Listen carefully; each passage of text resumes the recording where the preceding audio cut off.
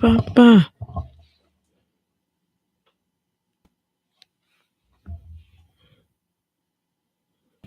Now we having technical difficulties so early in the morning. What's up, y'all? Welcome to another successful Sundays. I'm of course Coach AJ, Dope Life Coach, the dopest life coach out there. My apologies for being just a little bit late.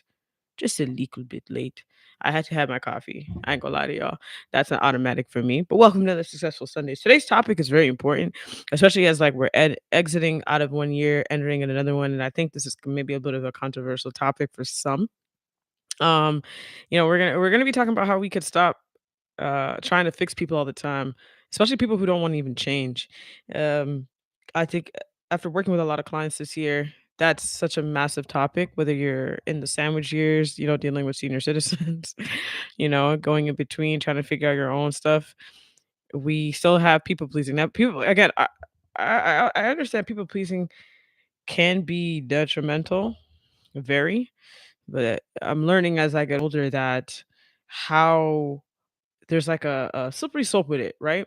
There's moments where you want to be able to please people, the ones that you care about, if it's especially if it's reciprocated, right?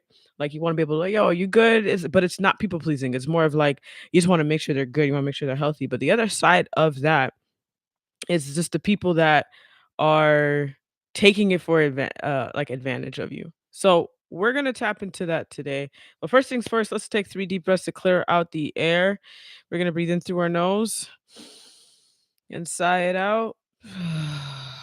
In through our nose, sigh it out. One more time, in through your nose and sigh it out.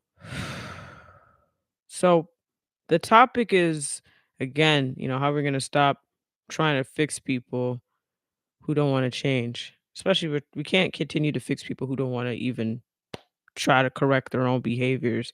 We can't continue to fix people that don't even want to take initiative, that don't even want to take some steps into their own healing, into their own um leveling up, into the manifestations that they have for themselves.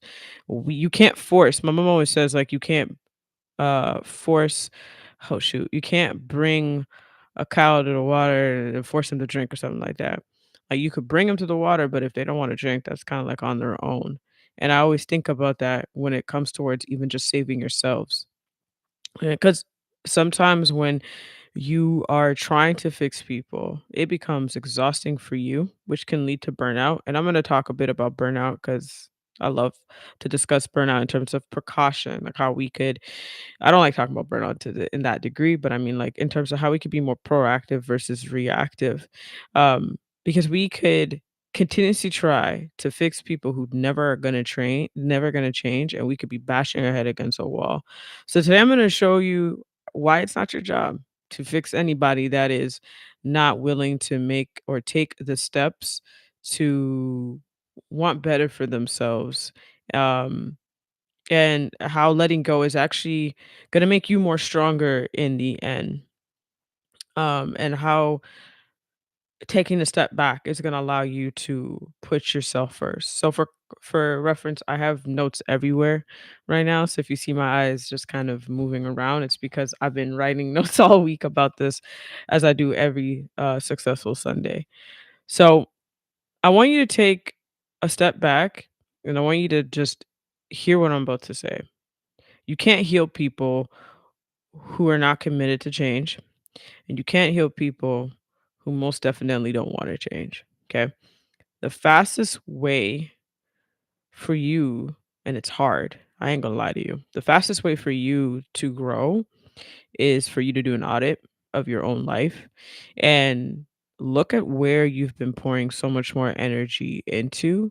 Sometimes we are pouring energy into environments that are not even we can't carry them any further and you can't bring them with you probably in the next chapter that you're going in. And you got to ask yourself and check like where's this energy going? And then you got to ask yourself, and this is kind of like a light bulb moment. It's like, where can I put this energy? Where else can I put this energy? You could sit in it, you could acknowledge it. You know what I'm saying? You could feel it. That's normal. You're human. You're supposed to do that. That's a human reaction. It also means that you are human, right? You have a heart, but you also have to take a step back. You got to ask yourself, is this benefiting me or is this hurting me? And what I mean by hurt, I don't mean physical, I mean like emotional. I mean spiritually, because constantly trying to help others that don't want to help themselves is kind of like banging your head against the wall, right? Now, I think when when it comes towards trying to help others, it's kind of there's two types. Sorry, I'm looking at my notes here. There's two types of burnout that can kind of come up. There's the nurture burnout, where you're willing to pour into everybody but yourself, and you're not putting yourself an ounce at the forefront. Like that burnout could definitely happen. You could also have the empath burnout where you're taking in so many energy, which sometimes could be manipulation. I hate to say it. And you just want to be that empath human being to give, to give, to give. The other one is the invisible giver, and I saw a video.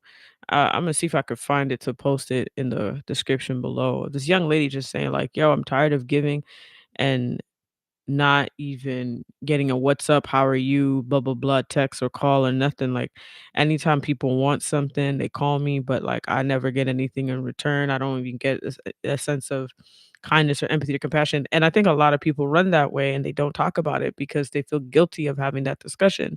But we're breaking that because we need to have this discussion of how it feels to take care of so many people in our lives, and we don't feel like we're like almost like again, we're banging our head against the wall.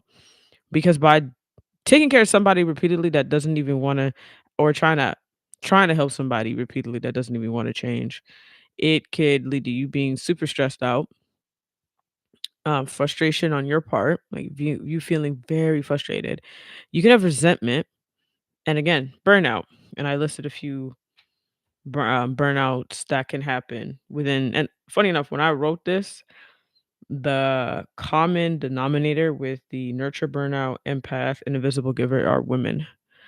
Yeah, are women. And the one I was talking about, invisible giver, is like unappreciated or unreciprocated burnout.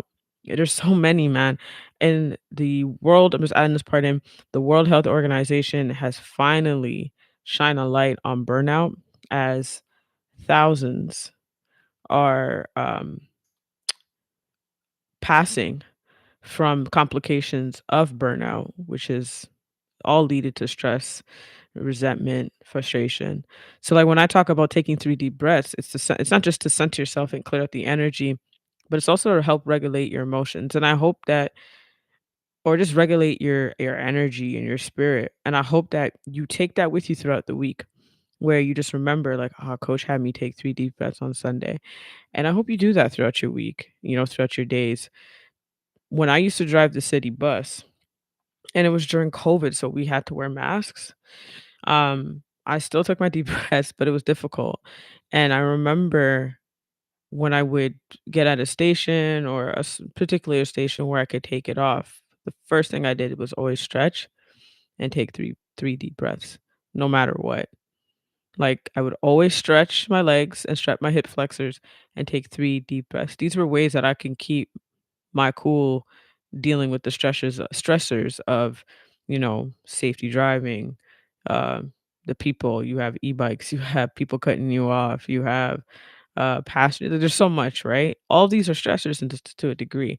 Whether even if you're, let's say, for example, you're a frontline worker, I'm just kind of going a little bit deeper, but if you're a frontline worker, you taking 3 deep breaths could center you. And I know you guys know this, but even when I'm doing research, I'm finding that a lot of us in the wellness category, we are such empaths, but we are having empath burnout.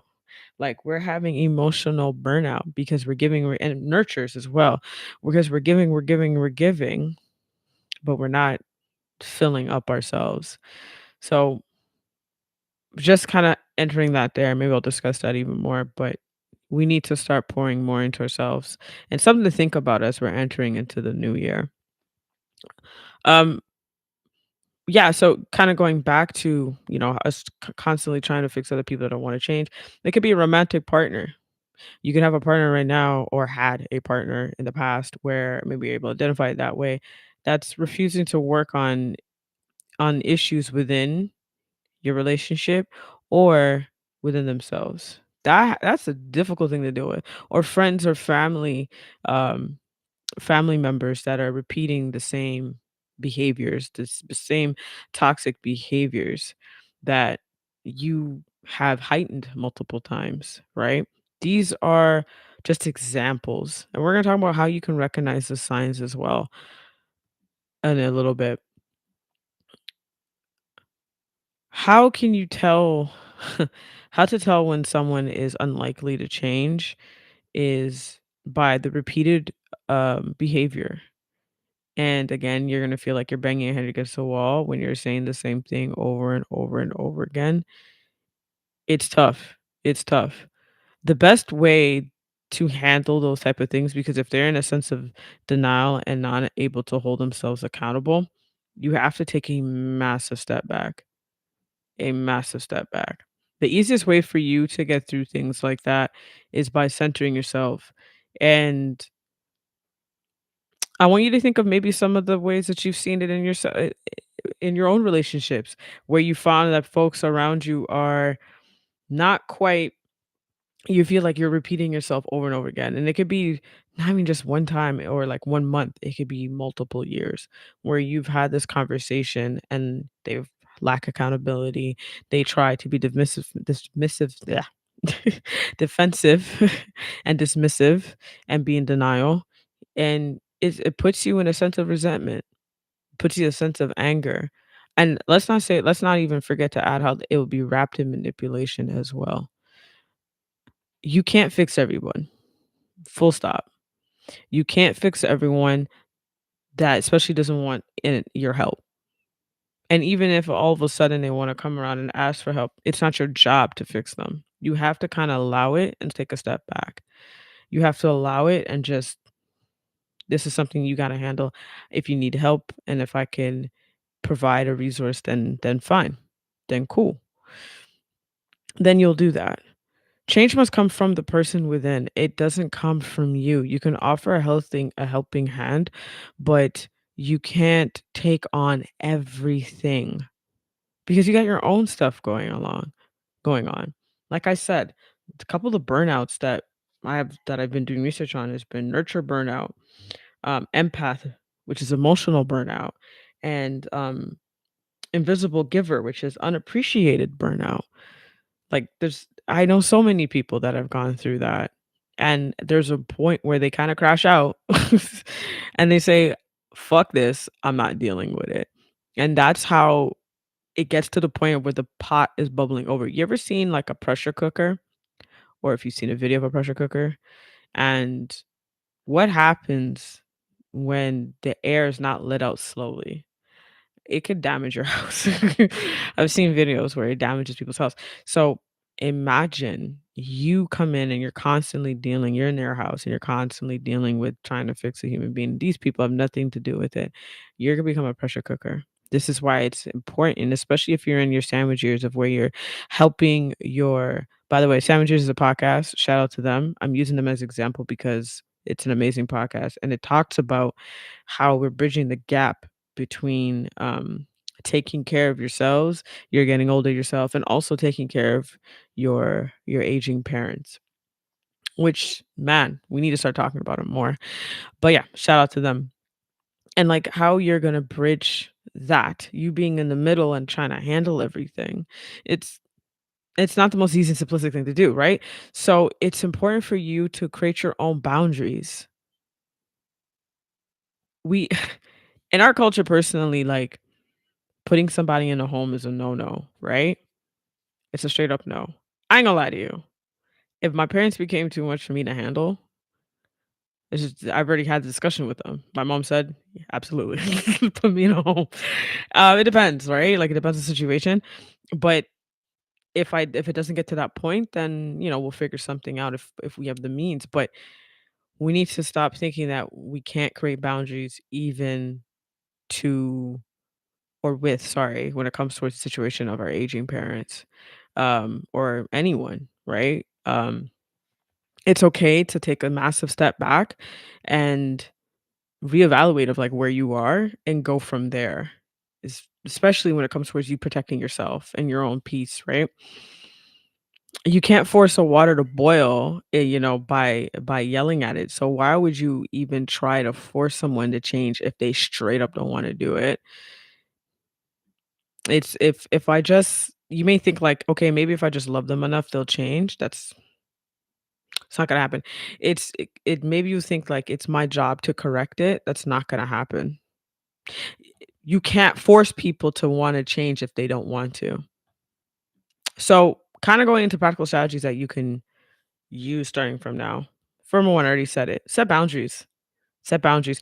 What will you tolerate? What you straight up won't tolerate. Detach with compassion. Again, you still want to be there for the person. You still want to show up, but at the same time, you actually have to say, you know what? I'm not gonna love you with by enabling you. That's not gonna happen. Sorry. Invest in your own self growth. Get into therapy if you need to. If faith is your foundation, lean into that even more. Have hobbies. Make sure you're practicing self care as well. Wellness, whatever you need when it comes towards wellness, even if it means you just taking a nap, schedule that in.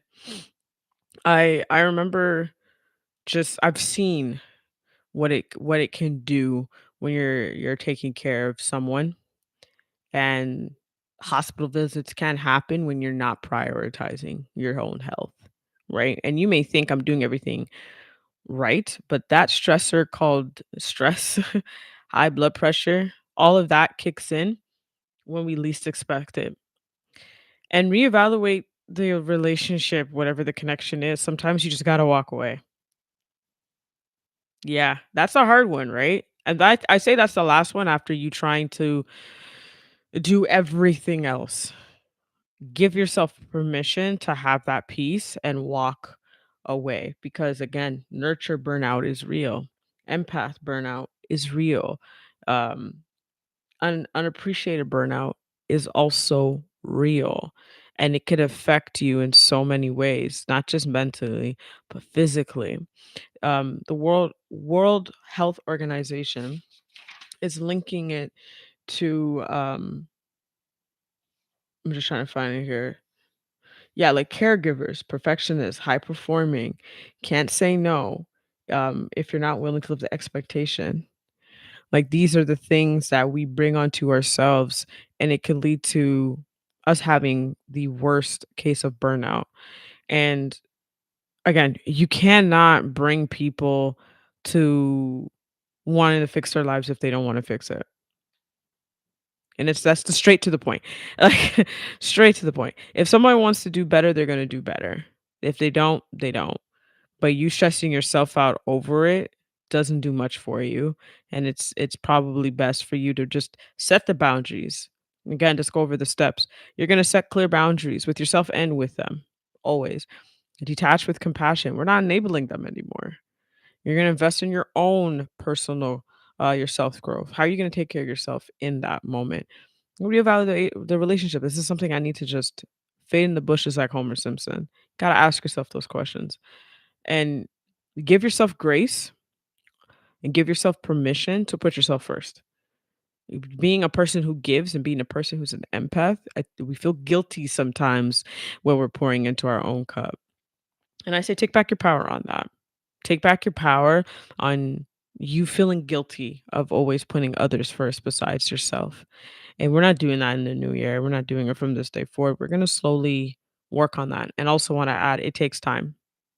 You're not just going to all of a sudden you're good, you're Gucci, I'm just gonna set boundaries. I'm just gonna stop enabling. I'm just no. It takes time. So please give yourself permission to work within that. All right. So next week, we are gonna start ramping up for 2026. A lot of my episodes are going to be coming out are going to be discussing 2026. But to be honest, I'm kind of thinking about doing a vision board party live. Um I think that'd be super cool. And yeah, we'll see. I'll keep y'all posted on that. I hope you enjoyed today's episode of just how to like take a step back and look at the relationships you have in your life and how you start prioritizing yourself a bit more, especially if you're such an empath and a giver. You can still be a giver. That's just who you are, but also protect of who you're giving to, who you're pouring to, so that you don't feel so depleted. I So I'll see you guys on Tuesday for another episode of the Dope Life Podcast. I hope you enjoyed today's live session. And you guys know what to do. Enjoy the rest of your Sunday. Walk with peace and walk with love.